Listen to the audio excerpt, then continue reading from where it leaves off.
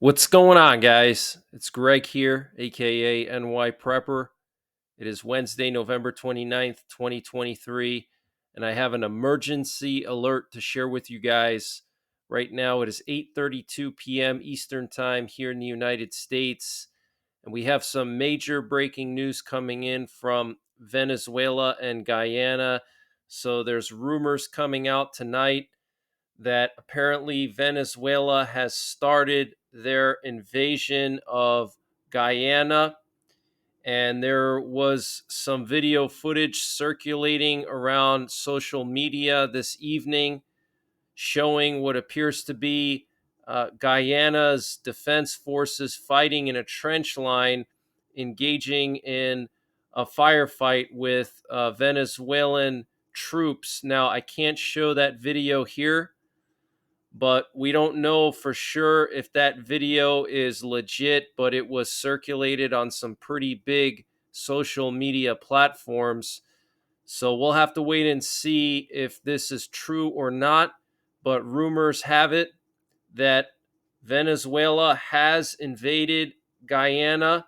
They want to take the Essequibo region, which is basically the western two-thirds of Guyana, west of the Essequibo River. And Guyana is very rich in oil.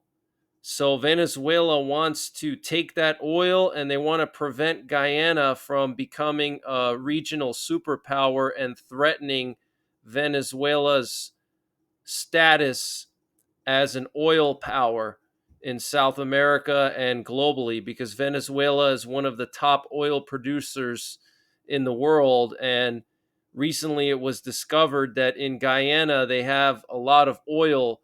So Venezuela doesn't want any competition from Guyana, especially because Guyana is the only English speaking country in South America, and they're very much pro West, pro America, pro NATO, and Venezuela is communist and they're pro Russia, pro China, and pro BRICS. Okay, and we do know that in Venezuela, Russia moved submarines there and other military assets a long time ago. Apparently, Russia has bases in Venezuela for their subs. All right. We're hearing also that the Brazilian army is launching a counteroffensive now. What you're looking at here is video footage coming from northern Brazil, and it shows the Brazilian army moving forces to the border of Guyana and Venezuela. It doesn't look like a lot, but it's obviously a very short video. So Brazil is moving forces towards the border of Guyana in this Essequibo region. And apparently, Brazil has put their army on high alert, the highest alert possible. And Brazilian intelligence recently indicated that the Venezuelan army will begin military operations against Guyana very soon. Okay, and this was reported a few days ago. They shared this intelligence with Guyana. We know that the U.S. Army has arrived in Guyana. The SFAB, the U.S. Army SFAB, has arrived in Guyana. Also, Guyana's generals were meeting today with Canadian generals and Brazilian generals. I'll show you guys some pictures of that. I want to show you a tweet from Nicolas Maduro. He's the scumbag leader of Venezuela, the communist piece of trash. And he posted this on his Twitter account. He wrote, "Attention, people of Venezuela. I invite you to the special identification day that is being deployed this week in the national territory so that everyone can go out and exercise their right to vote this Sunday, December 3rd, in a historic electoral festival for the defense of our sovereignty. Vote yes 5 times." So he's talking about that referendum that they're going to have on the 3rd, where they're basically going to be voting to annex the entire western two-thirds of Guyana. So this is huge news, guys. Absolutely huge. Apparently, Guyana's oil fields could produce up to 1.2 million barrels of oil a day, which would result in Guyana becoming as rich as Qatar or the UAE within a few decades. Tiny Guyana could produce more oil than all of Venezuela and about 1/10 as much as Saudi Arabia. So that's probably a big reason why Venezuela wants to go after Guyana, guys. Okay, so this is very serious situation here. And we have the Bolivarian Republic of Venezuela posting on Twitter that Essequibo is and will always be part of our homeland, Venezuela, and we are not going to give in to the claims of Guyana and its allies. The air command of the Bolivarian army remains in defense and fights for what is ours. Okay, so this was posted this evening. The Bolivarian Republic of Venezuela saying that they have put their army on alert, okay, and they're going to fight for what is theirs, what they're claiming is theirs. And here we have another tweet that was posted this evening by the Bolivarian Republic of Venezuela showing their army. So this is like a part of Venezuela, it's like a region of Venezuela, and they wrote the Bolivarian Army of Venezuela is in Operation Republic 2023 in support of the referendum in defense of Essequibo. The Essequibo is ours, and we are not going to hand it over. So I'll play this short little video. It's basically just showing all their military equipment here.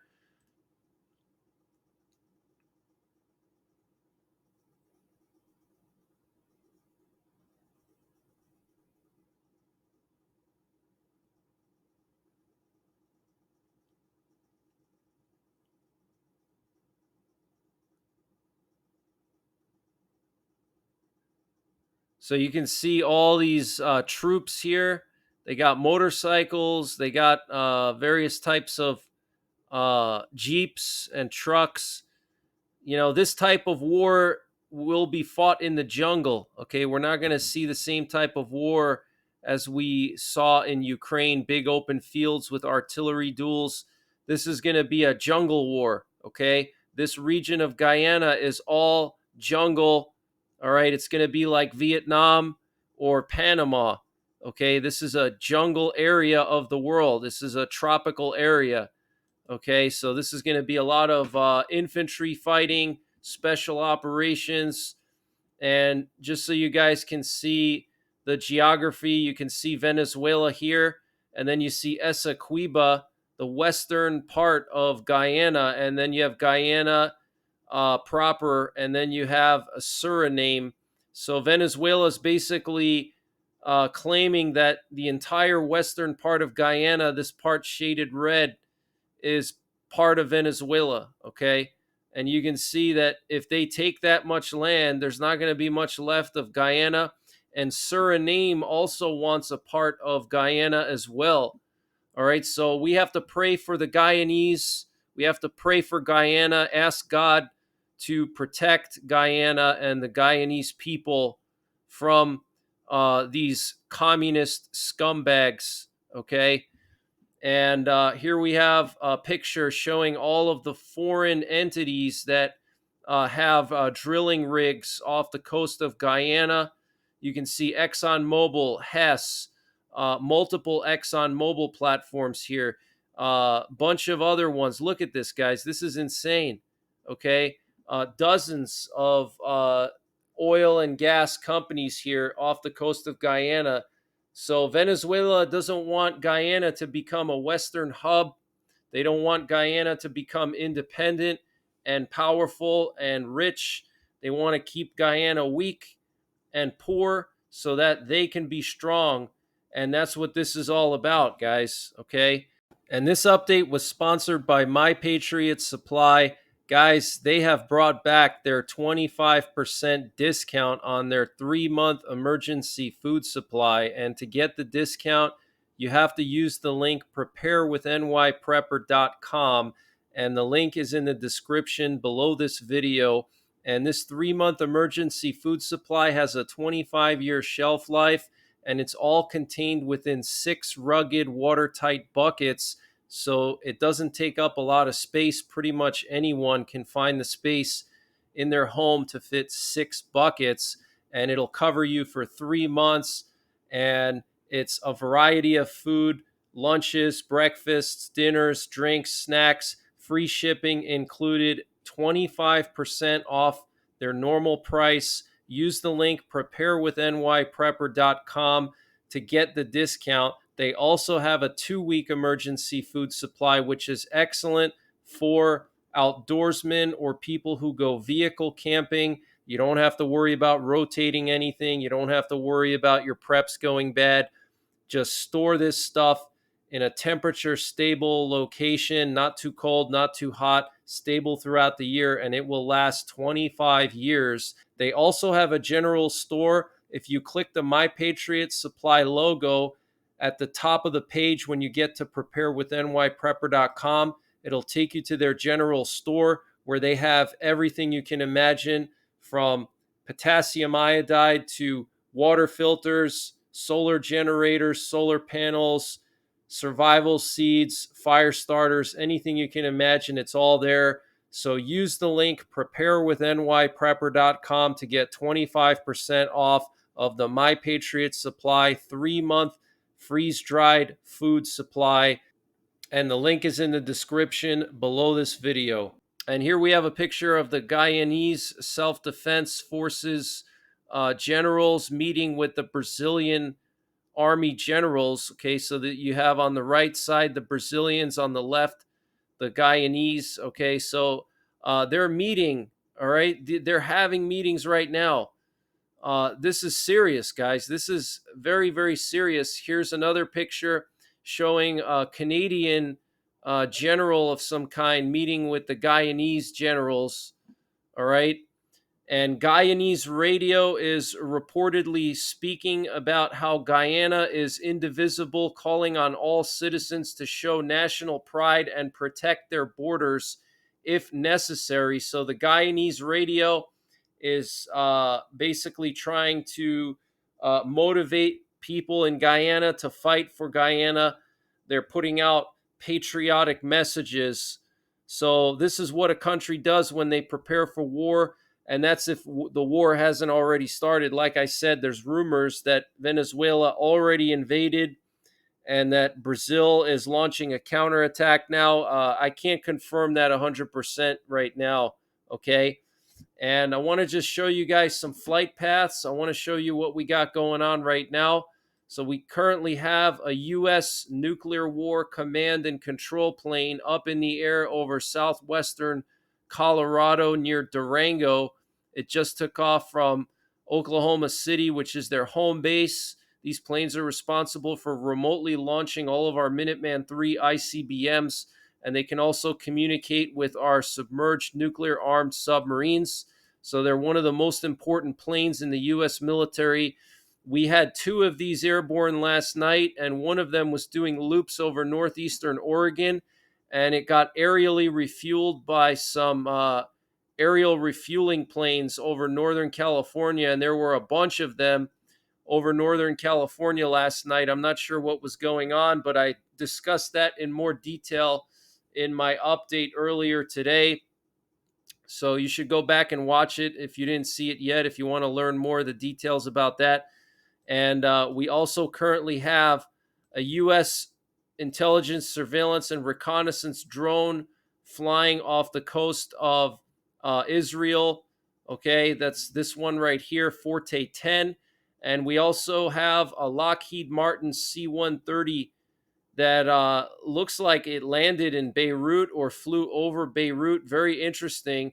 Okay, this thing took off from Italy and it flew all the way towards Lebanon, and then it disappeared from the flight tracker when it got close to Beirut. Now, these planes can be used to insert U.S. special operations into areas that are, difficult to insert forces into. Some of these C-130s have been converted for inserting special operations into conflict zones and behind enemy lines. So I don't know if that's what happened here, but very strange how it looks like it was flying low and then it turned its tracker off. So, I mean, we don't know. They could have, dropped off Navy SEALs here with some Zodiacs, and they're going to, Zodiac their way towards the coastline. I mean, we just don't know. Okay. And we have a U.S. presidential doomsday plane that was moved from Tucson, Arizona to Offutt Air Base earlier this evening. And we had a B-52 nuclear bomber airborne earlier this evening as well. It took off from Minot Air Force Base, did some loops near Devil's Tower and the Black Hills, and then it flew into Wyoming and it disappeared from flight tracker. And then we also had an RC-135 Combat Sentinel plane airborne yesterday. It did a giant loop over the Midwest. These planes are the top priority reconnaissance planes for the U.S. chiefs of staff, the U.S. generals. Okay, if they need to gather information about something, they send these planes out. They only have two of them in the entire military. Okay, so this thing is a high priority reconnaissance plane, and it also sends information to the president directly. So if one of these things is airborne, it means that something is going on. Okay, unless they're just doing like a maintenance flight or something. Apparently, Israel and Hamas have agreed to extend the truce in the Gaza Strip for another 2 days. And I forgot to show you guys this Constant Phoenix plane. This thing flew from Offutt Air Base to Lake Charles, Louisiana. This is a nuke sniffer plane, and it was airborne earlier today. So far today, a nuke sniffer plane, a doomsday plane, a B-52 nuclear bomber, and a nuclear war command and control plane, all airborne today, okay? And then last night, 2 nuclear war command and control planes airborne, one of them getting aerially refueled, and this is all going on in the backdrop of the situation in Guyana. But apparently Israel and Hamas have agreed to extend the truce for another 2 days. The USS Carney shot down a drone launched from Yemen towards Israel near the Bab el-Mandeb Strait in the Red Sea. Okay, so this is like the little strait that you have to go through to get into the Red Sea. It's right next to Yemen. So the U.S. Navy shot down another projectile fired from Yemen towards Israel.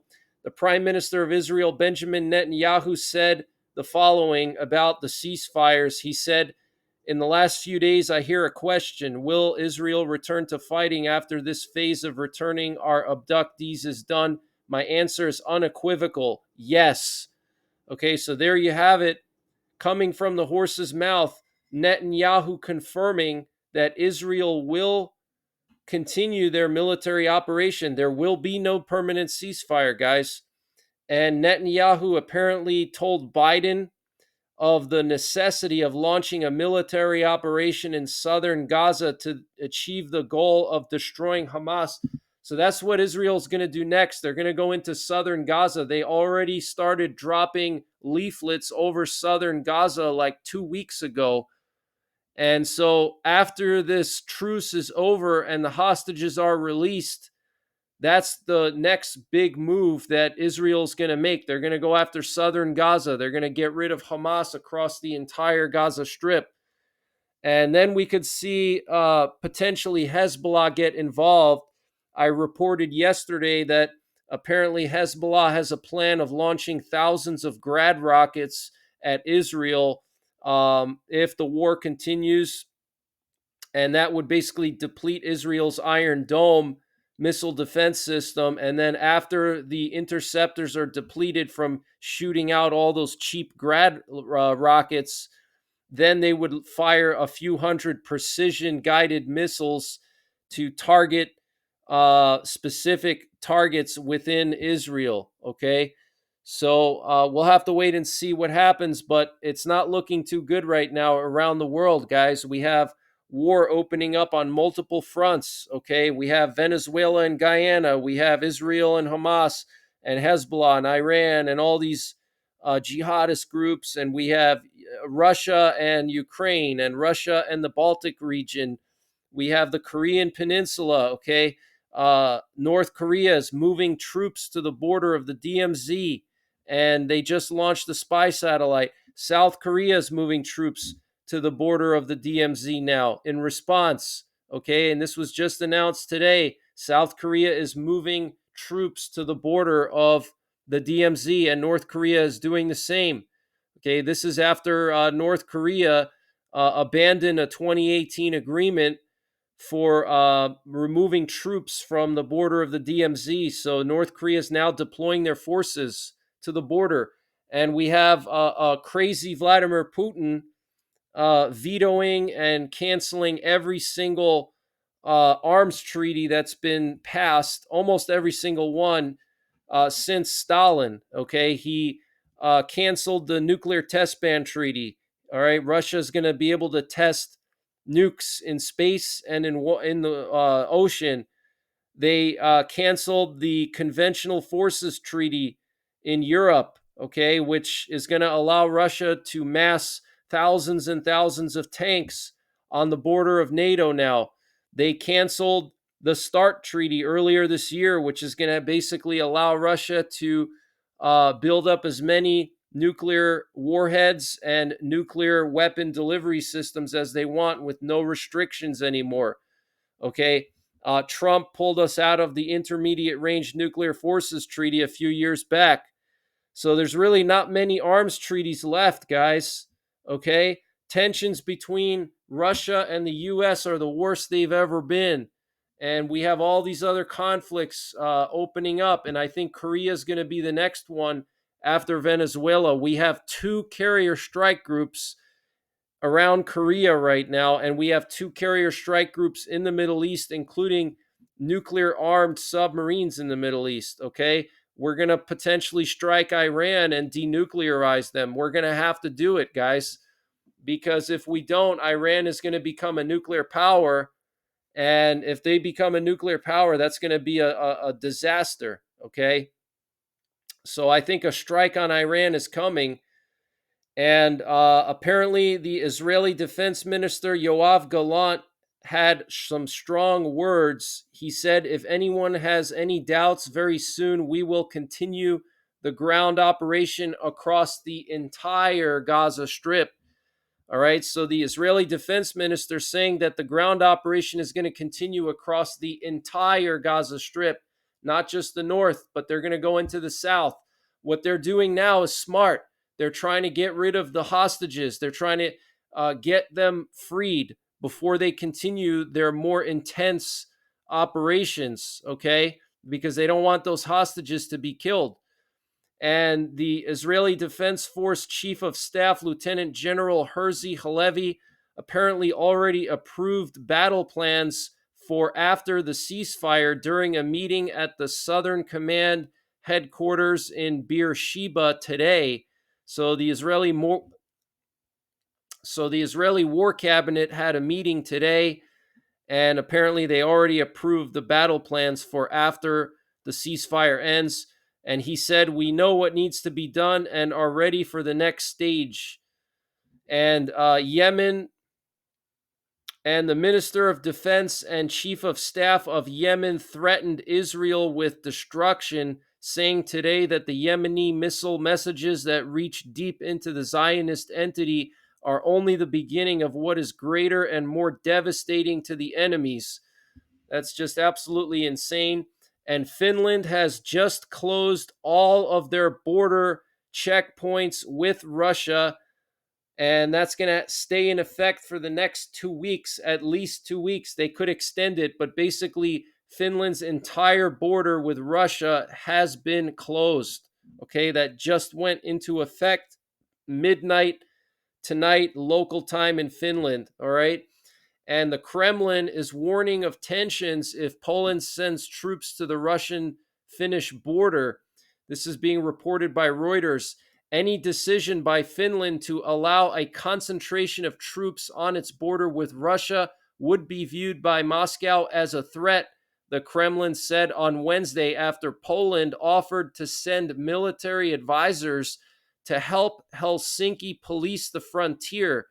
The head of the Polish National Security Bureau, Jacek Siewiera, said in a post on social media X late on Tuesday that Poland would send military advisor to its NATO would send military advisors to its NATO ally Finland in response to an official request for allied support in the face of a hybrid attack on the Finnish border. So, Poland has experience dealing with these hybrid attacks because 2 years ago, Belarus sent thousands of migrants to the Polish border, and the Polish army and the Polish National Police, riot police, had to show up to prevent this flood of migrants from coming in from Belarus. And, you can go back and look at some of the footage from that situation. So Poland is most experienced with this type of situation of any country in Europe, and they're offering their expertise to Finland to help them deal with that.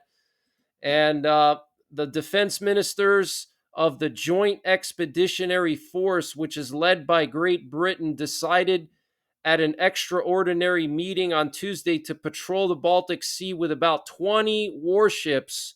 Okay, the Joint Expeditionary Force includes Denmark, Estonia, Finland, Iceland, Latvia, Lithuania, the Netherlands, Norway, and Sweden. The JEF was established to act swiftly in the event of a crisis and war, either independently or jointly with NATO. So this is like a Scandinavian Baltic military alliance with these Scandinavian and Baltic countries. They have their own alliance, and they're going to start patrolling the Baltic Sea with 20 warships, guys. 20 warships. That's insane. And this evening, some warehouses where various drones are stored by the Russian army came under attack. This happened in Bryansk in southwestern Russia. And in Ukraine, several explosions were reported in the Odessa region. NATO Secretary General Jens Stoltenberg said that the transfer of F-16s to Ukraine will not change the situation on the battlefield. We need to prepare for a long war. And in Scranton, Pennsylvania, the Army ammunition plant, pivotal in shell production for Ukraine, plans a six-fold increase in output. That is absolutely insane. 6 times the amount of artillery ammunition is now going to be produced in Scranton, Pennsylvania. And apparently, the U.S. military aircraft that crashed off the coast of Japan, and apparently 6 crew members from the crashed Osprey in Japan were recovered today. So only 1 out of the 8 crew members died. The rest were found. But still, this is a very tragic situation, very sad. And New York City is on high alert for the annual Christmas tree lighting ceremony. There are some pro-Palestine protests scheduled during the ceremony, and there's also a heightened threat of terrorism. So we got to be on high alert for that. And also for just the holidays in general. We have New Year's Eve coming up. We have the ball drop in New York City and all the New Year's celebrations, Christmas celebrations. These are prime targets for terrorism, guys. And we also have a geomagnetic storm watch, and it could be a strong geomagnetic storm. Apparently, 3 to 4 coronal mass ejections are heading towards Earth following a series of explosions on the sun this week. The estimated time of arrival is between November 30th and December 1st. The biggest of the CMEs launched on November 28th could sweep up some of the earlier lesser ones, forming a cannibal CME capable of sparking strong G3 class geomagnetic storms with mid-latitude auroras. And apparently there was almost an X-class flare on the sun yesterday. Sunspot AR 3500 erupted on November 28th at 1900 hours UTC time, producing an M9.8 class solar flare. So that's this sunspot right here. Okay. It's a massive sunspot, but in general, the sun is pretty quiet. We have very small sunspots.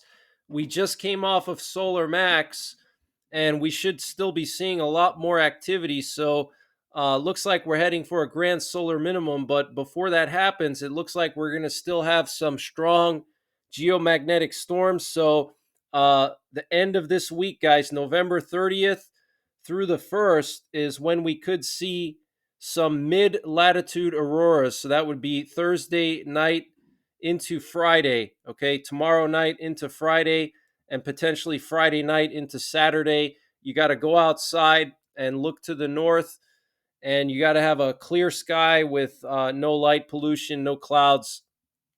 But that's pretty much the latest information that I have, guys.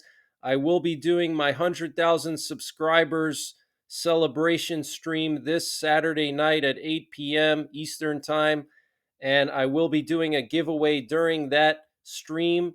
I'm going to be giving away some fire starters and also some solar generators. I still haven't decided on the details yet of how I'm going to do the giveaway, so stay tuned for that. I'll let you guys know in further updates, and on my community page, I'll be posting how to enter the giveaway probably sometime tomorrow. So check my community page. I'll lay out the details on how you can enter into the giveaway. But that's pretty much it for this one, guys. I will be back tomorrow with more breaking news, but it looks like the situation in Guyana is deteriorating, and I will be monitoring the situation. And if anything else breaks, I'll go live if I have to. So until next time, take care, God bless, and don't forget the 3 Ps: prepare, practice, and persevere.